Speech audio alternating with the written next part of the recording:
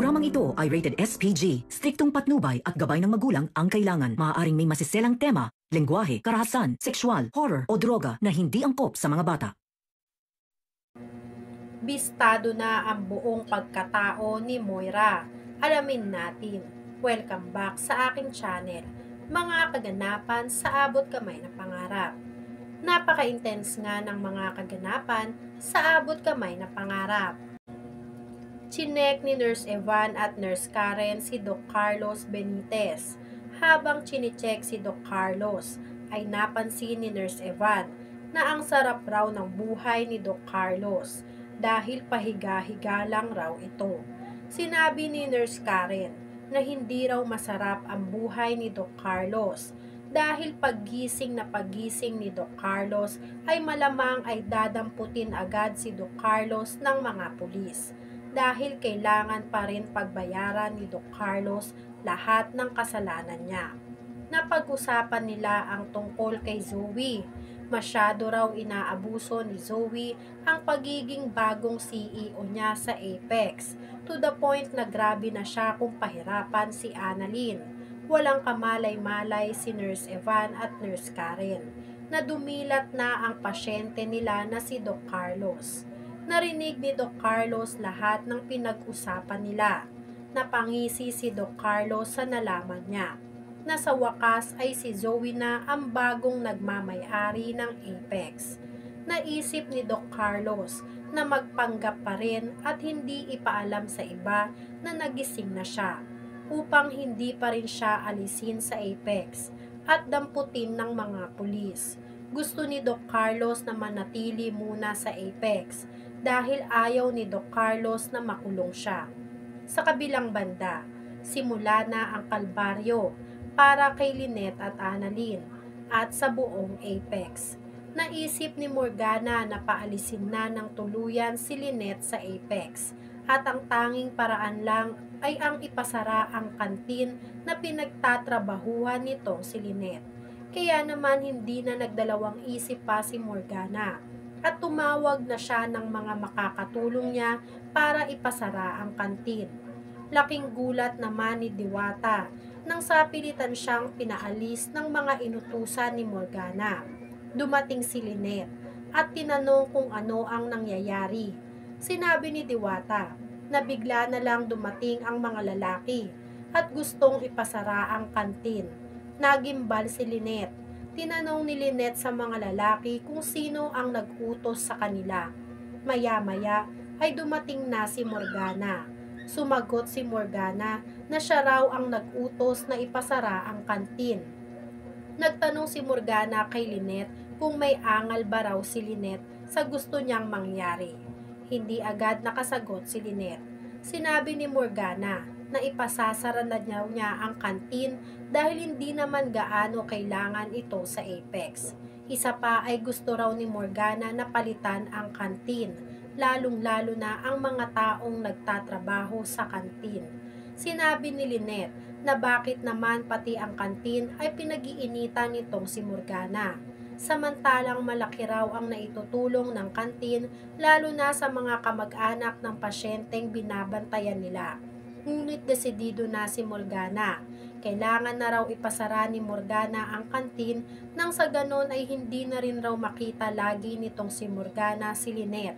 Personalan nga talaga ang labanan dito kay Morgana. Dahil maski pinagtatrabahuan ni Lynette ay pinag-iinitan niya. Di bali na may madamay siya na iba pang nagtatrabaho sa kantin. Sa kabilang banda, napag-isip ni RJ na kailangan na niyang aminin at sabihin sa atin niyang si Giselle kung ano ang lagay nila sa Apex. Kung ano na ang nangyayari sa kanila, ngayong si Zoe na ang bagong magmamay-ari ng share ni RJ. At si Zoe na rin ang bagong CEO ng Apex. Tinawagan na ni RJ si Giselle.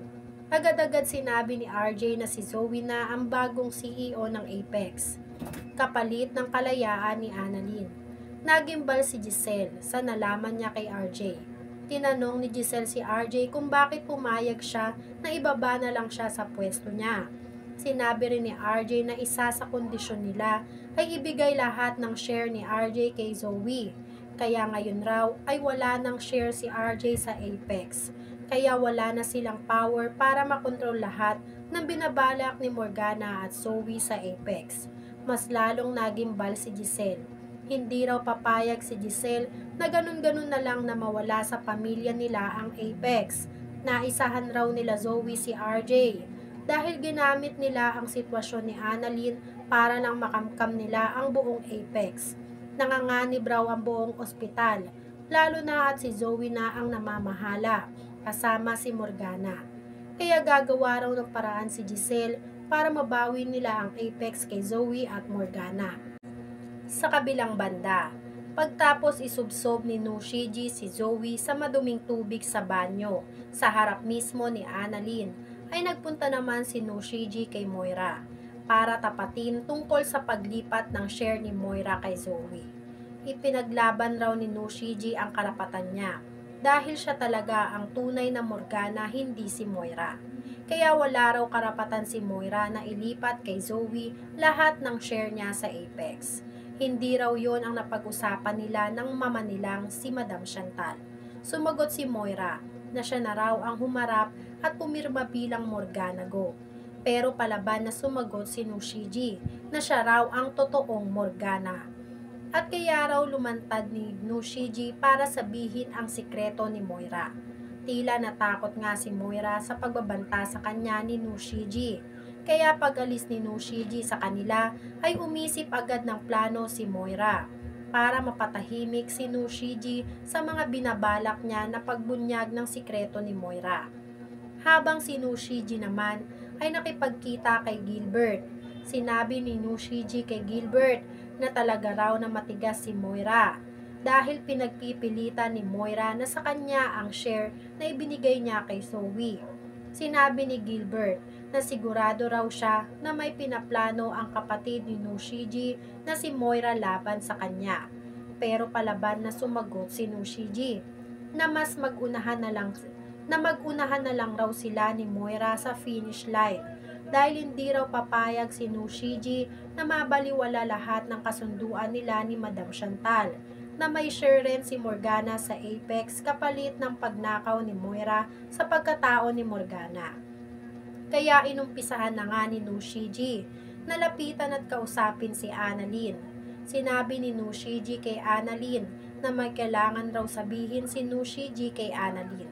Panahon na raw para malaman ni Annalyn at ng pamilya nila lahat ng sikretong nalalaman niya. Nagtataka naman si Annalyn at sinabi niya kay Nushiji na kung talagang importante raw ang sasabihin niya, ay bakit hindi agad sabihin sa kanya ngayon. Hindi nila alam na narinig na ni Olga lahat ng pinag-uusapan nila. Kaya sinabi agad ni Olga sa amo niyang si Moira ang lahat ng narinig niya. Ano kaya ang plano ni Moira kay Nushiji?